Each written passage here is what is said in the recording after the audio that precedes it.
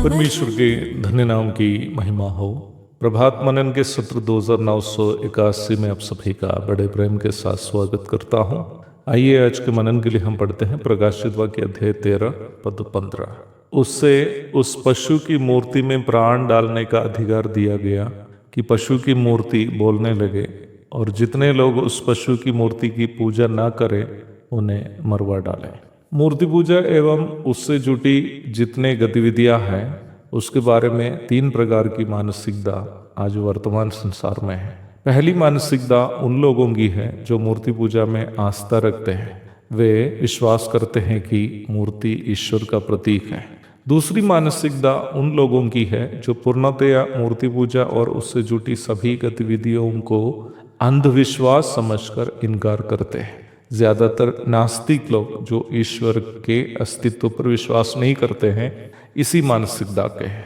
इस प्रकार के लोग सभी प्रकार के ईश्वर विश्वास का इनकार करते हैं। तीसरी मानसिकता बाइबल विश्वास करने वाले मसीहियों की है जो परमेश्वर पर विश्वास करते हैं और इसलिए मूर्तों को केवल वस्तु समझते हैं और कुछ नहीं समझते हैं। वास्तव में मूर्ति पूजा के बारे में बाइबल की शिक्षा इन तीनों विचारों से जरा भिन्न है। बाइबल भी इस बात का अंगीकार करती है कि मूर्ति कुछ भी नहीं है, 1 कुरिन्थी 10:19। परंतु मूर्ति पूजा के संबंध में बाइबल स्पष्ट रूप में समझाती है कि लोग इसलिए मूर्ति की ओर पूजा करने हेतु आकर्षित होते हैं क्योंकि पूजा की जाने वाली मूर्तियों में दुष्टात्माएं कार्य करती है। 1 कुरिन्थी 10:20।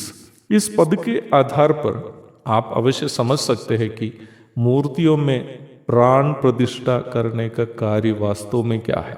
कहने का तात्पर्य यह है कि बाइबल की शिक्षा मूर्ति पूजा के संबंध में यह है कि मूर्ति पूजा केवल मूर्ति की पूजा नहीं है बल्कि दुष्टात्माओं की पूजा है। इसलिए ही बाइबल मसीह विश्वासियों को चेताती है कि वे सभी प्रकार के मूर्तों की अशुद्धताओं से दूर रहे। प्रेरितों के काम 15:20। अब जब हम प्रारंभ में पढ़ी गई पद की ओर लौट आते हैं तो वहां हम देखते हैं कि झूठे भविष्यवक्ता अपना अधिकार और प्रभाव का उपयोग करते हुए ये आदेश देता है कि मसीह विरोधी की एक मूर्ति बनाए और उसमें प्राण भी डालें ताकि मूर्ति बोलने लगे। वर्तमान में भी मूर्तियां जो है उसमें बोलने की क्षमता नहीं है, परंतु महाक्लेश काल में मसीह विरोधी की जो मूर्ति बनी जाएगी उसमें बोलने की क्षमता होगी। ये एक जिज्ञासा उत्पन्न करने वाली बात है कि मसीह विरोधी की मूर्ति कैसे बात करेगी। मेरे बचपन काल में मैं इस भाग के बारे में बाइबल शिक्षकों से इस प्रकार सुनता था कि संभवतः मसीह विरोधी की ये मूर्ति एक रोबोट अथवा यंत्र मनुष्य होगा जो यांत्रिक रूप में बात करेगी, परंतु उस प्रकार की सोच अभी मुझ में नहीं है, क्योंकि शैतान भले ही परमेश्वर के समान सर्वशक्तिमान नहीं हो, कई चीजें करने की क्षमता अभी भी उनमें है। वह चाहने से निम्न मूर्ति के द्वारा खुद बात कर सकता है।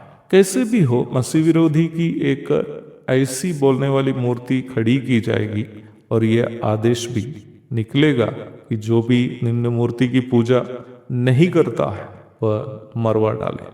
प्यारो, आपको यह अवश्य मालूम हुआ होगा कि वर्तमान मूर्ति पूजा लोगों को कहा की ओर ले जा रही है। शैतान जो परमेश्वर बनकर आराधना पाने के लिए तरस रहा है, महाक्लेश काल में लोगों को अपना प्रतिनिधि मसीह विरोधी की पूजा करने के लिए उकसा रहा है ताकि मसीह विरोधी के द्वारा वह स्वयं आराधना को स्वीकार कर सके।